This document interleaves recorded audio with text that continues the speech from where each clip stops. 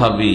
আল্লাহ পাক সময় যার যখন নির্ধারণ করেছেন তখনই তাকে যেতে হবে। ওয়া ইন্না ইলাইহি রাজিউন।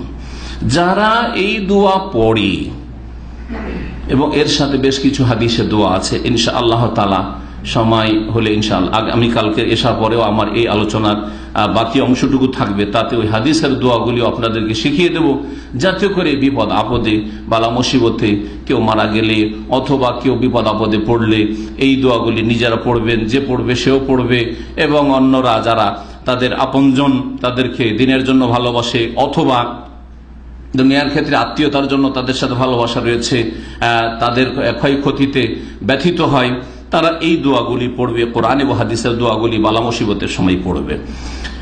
আল্লাহ পাক বলছেন যারা ধৈর্যশীল আর যারা বলে ইন্না লিল্লাহি ওয়া ইন্না ইলাইহি রাজিউন, ধৈর্যশীলরাই বলে এটা। ধৈর্যশীলরা কি বলে? ইন্না লিল্লাহি ওয়া ইন্না ইলাইহি রাজিউন। শুধু মরণের সময় পড়বেন না, এটা আমাদের বাংলা ভাষীদের রোগ। কারো মরার খবর পেলে কি পড়ে? ইন্না লিল্লাহি ওয়া ইন্না ইলাইহি রাজিউন। সে মুসলিম মরুক, কাফের মরল ইন্না লিল্লাহি পড়ে ফেলবে, এমন অভ্যাস হয়ে আছে। এটা তো হয়তো একটু বলবেন যে কি জানি, জাহেলরা পড়তে পারে, কিন্তু ভাববেন যে হ্যাঁ যারা দিন বুঝে পড়বে না, কিন্তু অসৎ বেনামাজি, আর বেনামাজি অমুক মারা গেছে ইন্না লিল্লাহি ওয়া ইন্না ইলাইহি রাজিউন। নামাজি বেনামাজি দেখার বিষয় নেই। মুশরিক কবর পূজারী মারা গেছে ইন্না লিল্লাহি ওয়া ইন্না ইলাইহি রাজিউন, ঠিক না?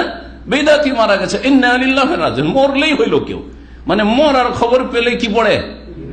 মরার খবর পড়ে পেলে পড়া নয়, এটা মুসিবত। আপনার জন্য মুসিবত হলে ইন্না লিল্লাহি ওয়া ইন্না ইলাইহি রাজিউন, সেটা আপনার জানের মুসিবত হোক, মৃত্যুর মুসিবত হোক, অসুস্থতার মুসিবত হোক, বিপদ আপদের মুসিবত হোক, অ্যাক্সিডেন্ট দুর্ঘটনার মুসিবত হোক, অথবা আর্থিক ক্ষয়ক্ষতির মুসিবত হোক, পকেট থেকে হঠাৎ টাকা, মানি ব্যাগ হারিয়ে গেছে, একামাটা হারিয়ে গেছে, মোবাইল হারিয়ে গেছে, কি পড়বেন?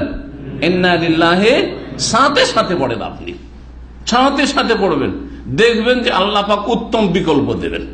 উত্তম বিকল্প না আর একটা পকেটে মোবাইল চলে আসবে, এটা ওর অর্থ নয়।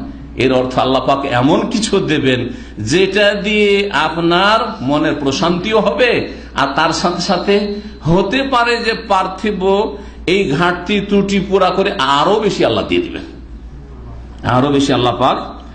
যারা ধৈর্য ধারণকারী করে এবং এই দোয়া পড়ে তাদের সম্পর্কে, তাদের ফলাফল রেজাল্ট সম্পর্কে আল্লাহ বলছেন উলাইকা আলাইহিম সালাওয়াতুম মির রাব্বিহিম ওয়া রাহমাহ।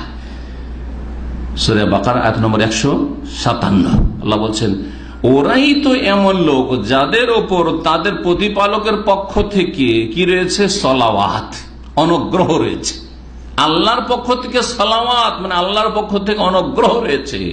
ও রহমতুন, এবং রহমত, করুণা, দয়া রয়েছে। শুধু রহমত আল্লাহ বলেননি, রহমত ছাড়াও আল্লাহর পক্ষ থেকে বান্দার প্রতি যারা ধৈর্যশীল এবং যারা ইন্না লিল্লাহি ওয়া ইন্না ইলাইহি রাজিউন পড়ে তাদের জন্য আল্লাহর পক্ষ থেকে সলাতও রয়েছে। আর কি ফলাফল রয়েছে? ওয়া উলাইকা হুমুল মুহতাদুন, এবং তারাই সঠিক পথ প্রাপ্ত, তারাই হেদায়েতের রাস্তায়। বালা মুসিবত আসলেও জি, গাছ যেমন ভেঙে পড়ে যায় ঝড়ে, ওইরকম ভেঙে পড়েনি, ঝড় তুফান চলে গেল, গাছ দাঁড়িয়ে আছে। খেজুর গাছের মতো ঝড় তুফান আছে, খেজুর গাছ দাঁড়িয়ে আছে, অথচ খেজুর গাছ সবচেয়ে উঁচা গাছ।